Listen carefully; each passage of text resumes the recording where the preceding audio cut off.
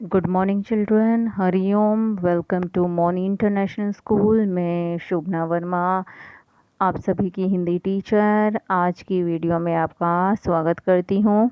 तो जैसे कि बच्चों आप जानते ही हैं कि हमारी रिवीजन वर्कशीट 2 हो गई हैं, तो आज हम वर्कशीट 3 लेंगे और 3 को हम रिवीजन वर्कशीट 3 को हम याद करेंगे, अच्छे से पढ़ेंगे और उसे अच्छे से लिख करके देखेंगे। ठीक है, तो चलिए बच्चों हम स्टार्ट करते हैं। सभी बच्चे बहुत ध्यान से उसको सुनेंगे और याद भी करेंगे। चलिए देखते हैं, जिसमें पहला प्रश्न है विलोम शब्द लिखिए। तो सबसे पहले ये बताइए कि विलोम शब्द कहते किसे हैं।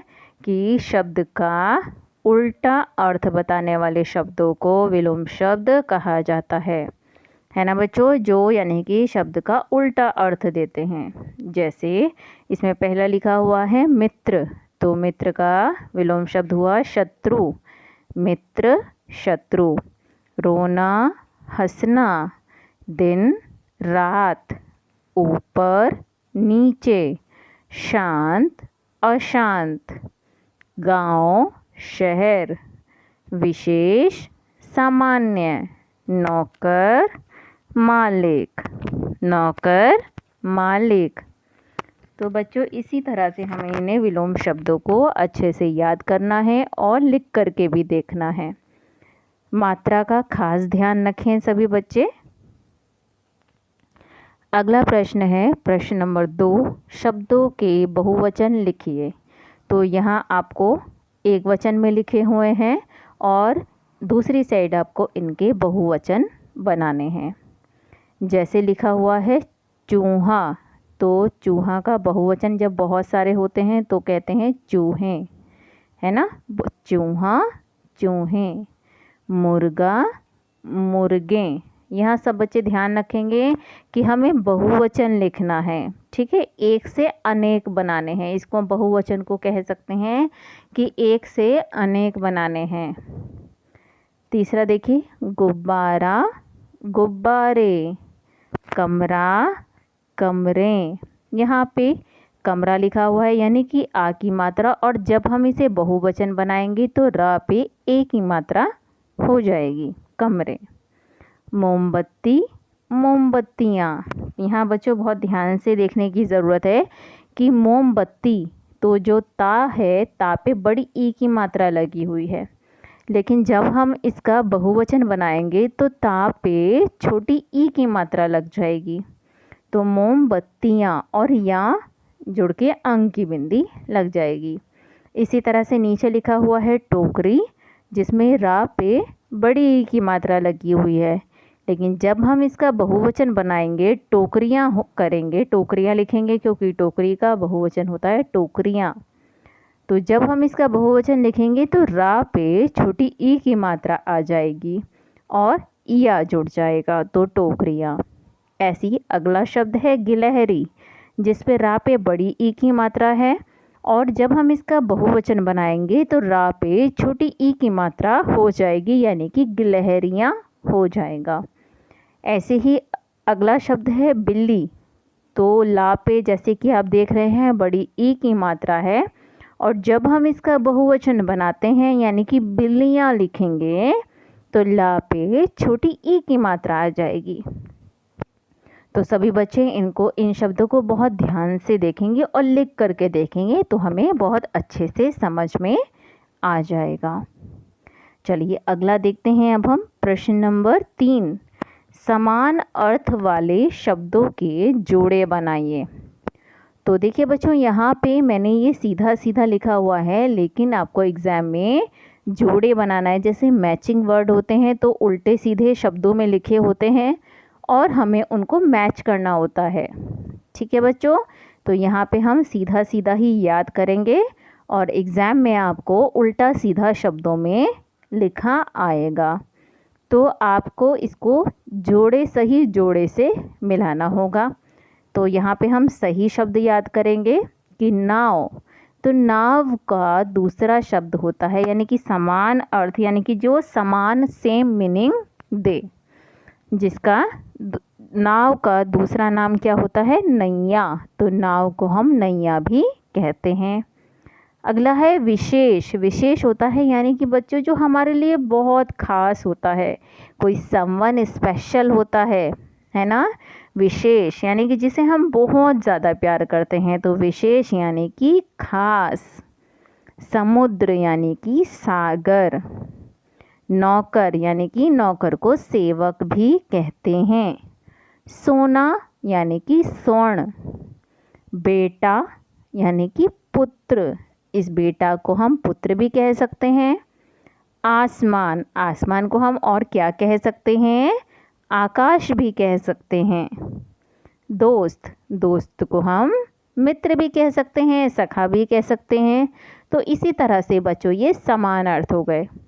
याद रखें बच्चों, इनके हमें जोड़े मिलाने हैं। तो अभी तो हमने ऐसे ही याद किया, लेकिन एग्ज़ाम में ये उल्टे सीधे शब्दों में आएंगे, आपको उनको सही से मिलान करना होगा। अगला देखते हैं प्रश्न नंबर 4। प्रश्न नंबर 4 है, अनेक शब्दों के लिए एक शब्द लिखिए। यानी कि यहाँ पे अनेक शब्द लिखे हुए हैं, उनको हमें एक शब्द में उसका हमें उत्तर बताना है। जैसे पहला देखते हैं, चारों ओर से जल से घिरी ज़मीन।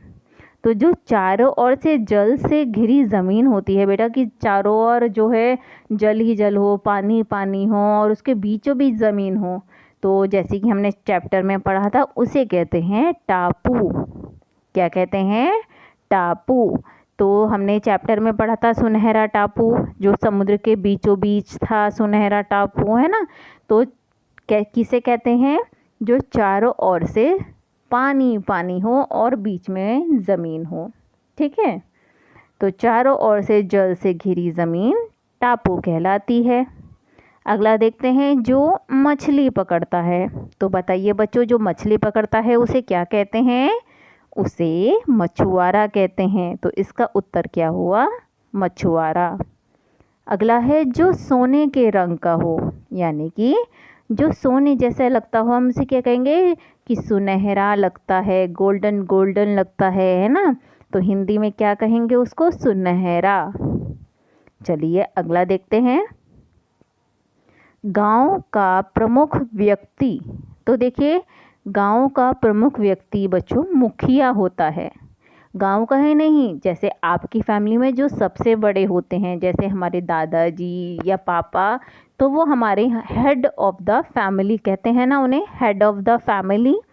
तो हेड को हिंदी में मुखिया कहते हैं, प्रमुख कहते हैं। ठीक है, तो गांव का प्रमुख व्यक्ति यानी कि गांव में जो सबसे प्रमुख होता है व्यक्ति, उसे हम मुखिया कहते हैं। अगला प्रश्न है प्रश्न नंबर 5, निम्नलिखित शब्दों के अर्थ लिखिए। तो यहाँ पे बच्चों हमें इनके अर्थ बताने हैं, मीनिंग बताने हैं, जैसे वर्ड मीनिंग होते हैं।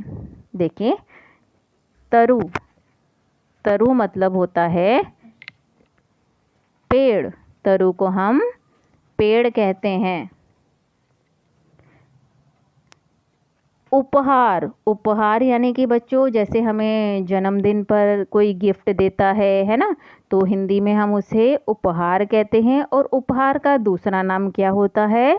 भेंट। उपहार यानी कि भेंट। मुखिया, जैसे कि मैंने अभी ऊपर बताया, मुखिया यानी कि होता है प्रधान, यानी कि हेड, इंग्लिश में उसे कहते हैं हेड।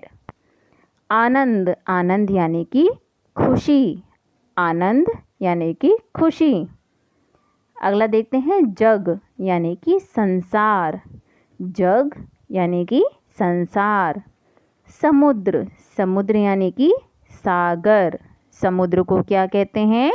सागर भी कहते हैं। तट, तट होता है बच्चों समुद्र का किनारा, तो तट यानी कि किनारा।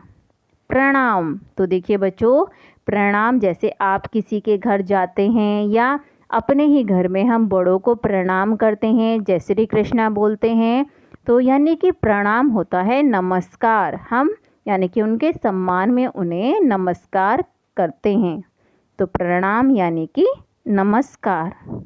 वजन, जैसे किसी भी वस्तु का आप वजन नापते हैं यानी कि भार, वजन यानी कि भार। तो इसी तरह से बच्चों हमें ये सब वर्कशीट को लिख करके अपनी हिंदी नोटबुक में लिखना है और बहुत अच्छे से याद भी करना है। और इसी तरह से हमारी ये वर्कशीट 3 भी पूरी हुई और अगली वीडियो में हम दूसरी वर्कशीट भी करेंगे। तो सभी बच्चे बहुत ध्यान से इसको याद भी करेंगे और अपनी हिंदी नोटबुक में इसको लिखेंगे। और सभी बच्चों को मेरी तरफ से ऑल द वेरी बेस्ट, बहुत बहुत शुभकामनाएं एग्ज़ाम्स के लिए। सब बच्चे बहुत अच्छे से हर सब्जेक्ट में याद करें और बहुत अच्छे नंबर लेकर आएँ। तो अगली वीडियो में हम फिर से मिलेंगे, तब तक के लिए thank you, bye bye, have a nice day.